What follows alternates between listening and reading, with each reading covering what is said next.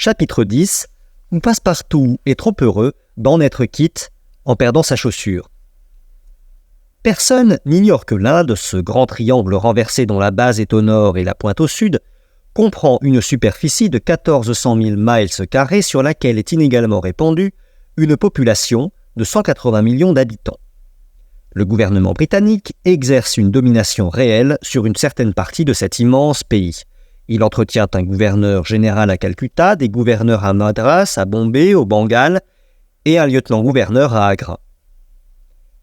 Mais l'Inde anglaise, proprement dite, ne compte qu'une superficie de 700 000 miles carrés et une population de 100 à 110 millions d'habitants. C'est assez dire qu'une notable partie du territoire échappe encore à l'autorité de la reine. Et en effet, chez certains rajas de l'intérieur, farouches et terribles, l'indépendance hindoue est encore absolue. Depuis 1756, époque à laquelle fut fondé le premier établissement anglais sur l'emplacement aujourd'hui occupé par la ville de Madras, jusqu'à cette année dans laquelle éclata la grande insurrection des Sipais, la célèbre Compagnie des Indes, elle s'annexait peu à peu les diverses provinces achetées au Raja au prix de rente qu'elle payait peu ou point. Elle nommait son gouverneur général et tous ses employés, civils ou militaires. Mais maintenant, elle n'existe plus. Et les possessions anglaises de l'Inde relèvent directement de la couronne. Aussi, l'aspect, les mœurs, les divisions ethnographiques de la péninsule tendent à se modifier chaque jour. Autrefois, on y voyageait par tous les antiques moyens de transport, à pied, à cheval, en charrette, en brouette, en palanquin, à dos d'homme, en coach, etc. Maintenant, les steamboats parcourent à grande vitesse l'Indus, le Gange, et un chemin de fer qui traverse l'Inde dans toute sa largeur en se ramifiant sur son parcours, mais Bombay à 3 jours seulement de Calcutta. Le tracé de ce chemin de fer ne suit pas la ligne droite à travers l'Inde, fut toute puissante. La distance, à vol d'oiseau, n'est que de 1000 à 1100 miles, et des trains animés d'une vitesse moyenne seulement n'emploieraient pas 3 jours à le franchir, mais cette distance est accrue d'un tiers, au moins, par la corde que décrit le railway en s'élevant jusqu'à Allahabad, dans le nord de la péninsule. Voici, en somme, le tracé à grands points du Great Indian Peninsula.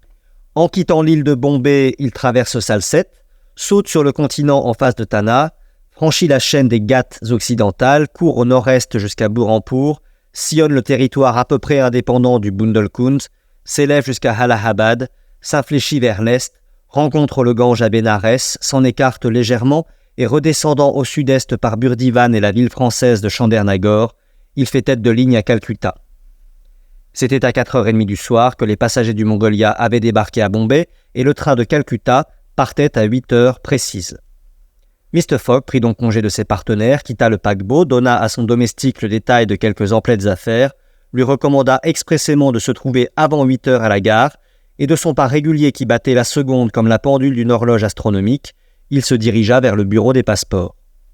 Ainsi donc, des merveilles de Bombay, il ne songeait à rien voir, ni l'hôtel de ville, ni la magnifique bibliothèque, ni les forts, ni les docks, ni le marché au coton, ni les bazars, ni les mosquées, ni les synagogues, ni les églises arméniennes, ni la splendide pagode de Malebar Hill ornée de 2 tours polygones.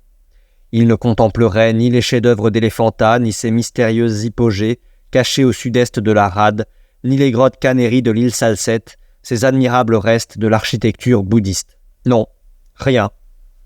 En sortant du bureau des passeports, Phileas Fogg se rendit tranquillement à la gare, et là il se fit servir à dîner. Entre autres mets, le maître d'hôtel crut devoir lui recommander une certaine giblotte de lapin du pays, dont il lui dit merveille. Phileas Fogg accepta la giblotte et la goûta consciencieusement, mais en dépit de sa sauce épicée, il la trouva détestable. Il sonna le maître d'hôtel. « Monsieur, » lui dit-il en le regardant fixement, « c'est du lapin, cela ?»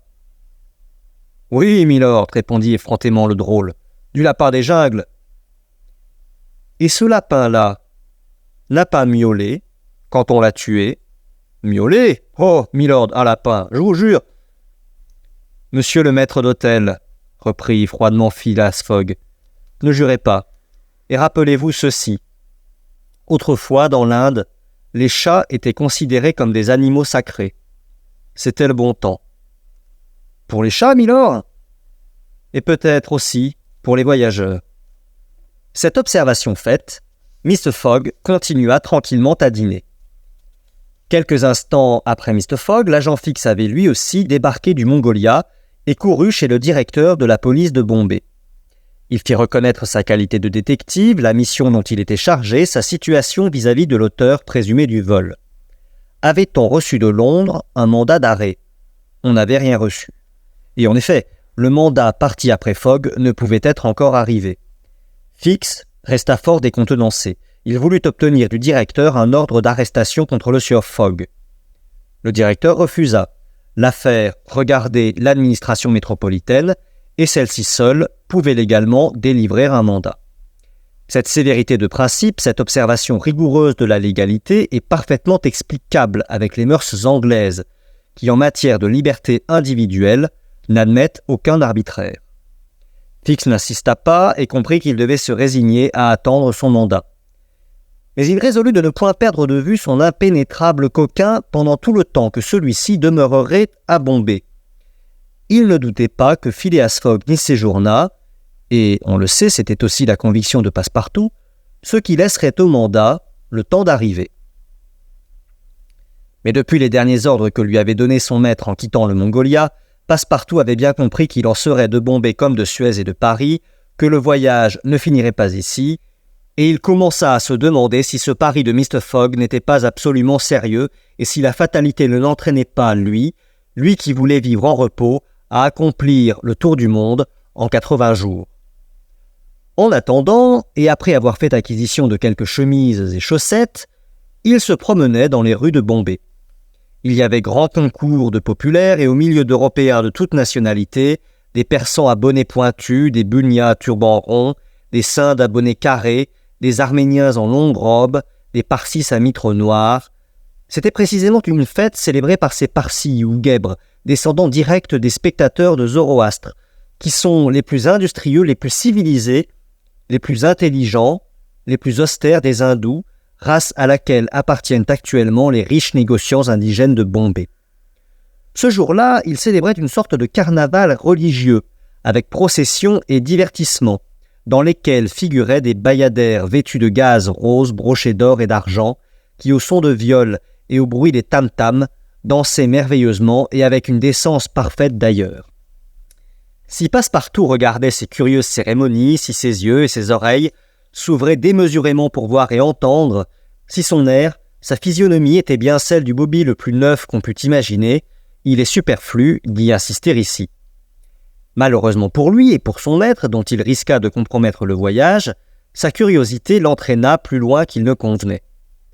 En effet, après avoir entrevu ce carnaval parsi, Passepartout se dirigeait vers la gare, quand, passant devant l'admirable pagode de Malebat Hill, il eut la malencontreuse idée d'en visiter l'intérieur.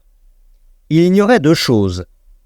D'abord, que l'entrée de certaines pagodes hindoues est formellement interdite aux chrétiens, et ensuite, que les croyants eux-mêmes ne peuvent y pénétrer sans avoir laissé leurs chaussures à la porte. Il faut remarquer ici que, par raison de scènes politiques, le gouvernement anglais, respectant et faisant respecter jusque dans ses plus insignifiants détails la religion du pays, punit sévèrement quiconque en viole les pratiques. Passepartout entrait là, sans penser à mal, comme un simple touriste, admirait à l'intérieur de Malebat Hill ce clinquant éblouissant de l'ornementation brahmanique, quand soudain il fut renversé sur les dalles sacrées. Trois prêtres, le regard plein de fureur, se précipitèrent sur lui, arrachèrent ses souliers et ses chaussettes et commencèrent à le rouer de coups en proférant des cris sauvages. Le Français, vigoureux et agile, se releva vivement. D'un coup de poing et d'un coup de pied, il renversa deux de ses adversaires, fort empêtrés dans de longues robes, et s'élançant hors de la pagode de toute la vitesse de ses jambes, il eut bientôt distancé le troisième hindou, qui s'était jeté sur ses traces en ameutant la foule. À 8h moins 5, quelques minutes seulement avant le départ du train, sans chapeau, pieds nus, ayant perdu dans la bagarre le paquet contenant ses emplettes, Passepartout arrivait à la gare du chemin de fer. Fix était là, sur le quai d'embarquement. Ayant suivi le sieur Fogg à la gare, il avait compris que ce coquin allait quitter Bombay. Son parti fut aussitôt pris de l'accompagner jusqu'à Calcutta, et plus loin s'il le fallait. Passepartout ne vit pas Fix, qui se tenait dans l'ombre, mais Fix entendit le récit de ses aventures que Passepartout narra en peu de mots à son maître. « J'espère que cela ne vous arrivera plus, » répondit simplement Phileas Fogg en prenant place dans un des wagons du train. Le pauvre garçon, pieds nus, tout déconfit, suivit son maître sans mot dire. Fix allait monter dans un wagon séparé, quand une pensée le retint et modifia subitement son projet de départ. « Non, je reste, » se dit-il. « Un délit commis sur le territoire indien.